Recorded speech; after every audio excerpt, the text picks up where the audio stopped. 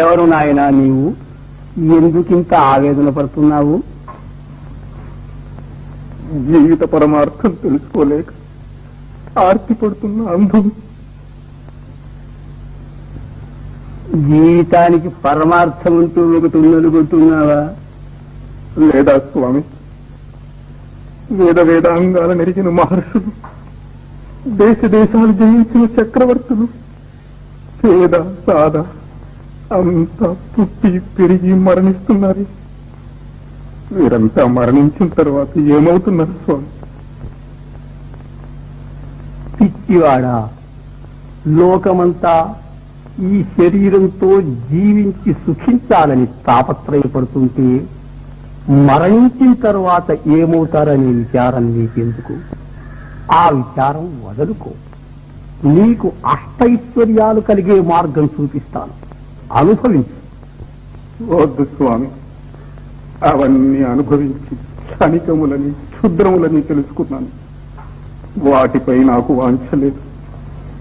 నన్ను బాధిస్తున్న ప్రశ్న ఒక్కటి, మనం ఎక్కడి నుంచి పుడుతున్నాం, ఎక్కడికి పోతున్నాం? ఈ సందేశం నివారించండి. ఈ రహస్యం తెలుసుకోవటానికి దేవతలకే సాధ్యం కాలేది, మానవులకు సాధ్యమవుతుందా? మీ వంటి మహానుభావులే సాధ్యం కాదంటే మాకు దిక్కెవరు స్వామి? మేము ఈ దుఃఖభాజనమైన సంసారంలో కృషించి జనన మరణ ప్రవాహంలో కొట్టుకుపోవలసిందేనా? మానవుడికి తరుణోపాయం లేదా స్వామి? లేకే నాయనా, ఉంది. ఈ శరీరం విద్యలు రెంటితోనూ పుట్టింది.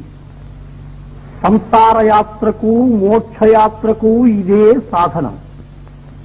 అవిద్యచే మోహితులమై కనిపించే ఈ జగత్తు సత్యము నిత్యము అనుకొని దుఃఖభాజనులమై సావు పుట్టుకల కుమ్మరిసారెలో తిరుగుతున్నాం.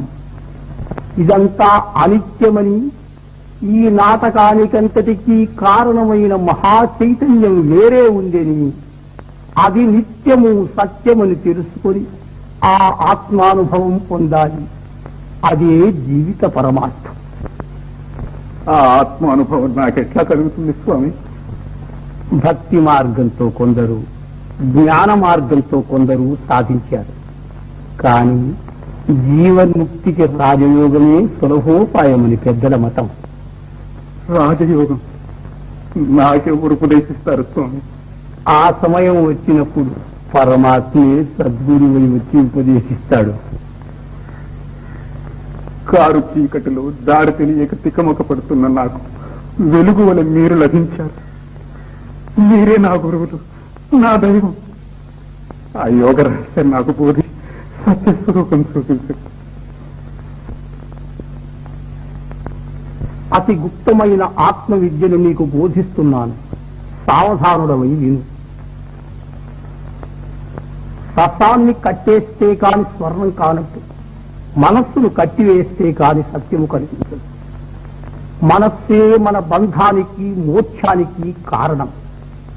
మనస్సును స్వాధీనము చేసుకుంటే మనకు స్వాధీనము కానిదే లేదు. ఆ సాధనే యోగమంటారు. సాంగయోగాన్ని క్రమంగా సాధించి చిత్తవృత్తుల నడచి సమాధి స్థిరుడమైనప్పుడు నీ మనస్సుకు అనంత శక్తి కలుగుతుంది. అప్పుడు నీవు చేయలేని కార్యమే ఉండదు. నిన్నింతవరకు తన చేత చిక్కించుకొని ఆడించే ప్రకృతి నీ స్వాధీనమవుతుంది. మోక్షం అంటే అదేనా స్వామి? కాదు నాయన, అది మోక్షానికి మొదటి మెట్టు. ఆ అనంత శక్తి ప్రలోభానికి మోసపోక సుస్థిర చిత్తుడవై ధ్యానిస్తే స్వయం ప్రకాశము, సచ్చితానందమయము, శాశ్వతమునైన స్వస్వరూపానుభవం కేవల జ్ఞాన రూపంగా నీవు అనుభవిస్తావు. తత్వమసి అంటే అది. అప్పుడు నువ్వు నేను ఒకటి. అదే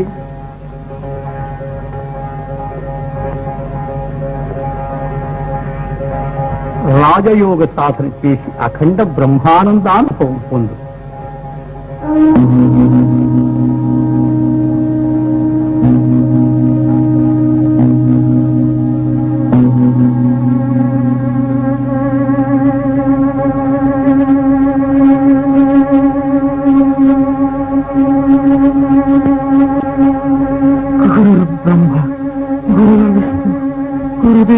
ఈశ్వర గురు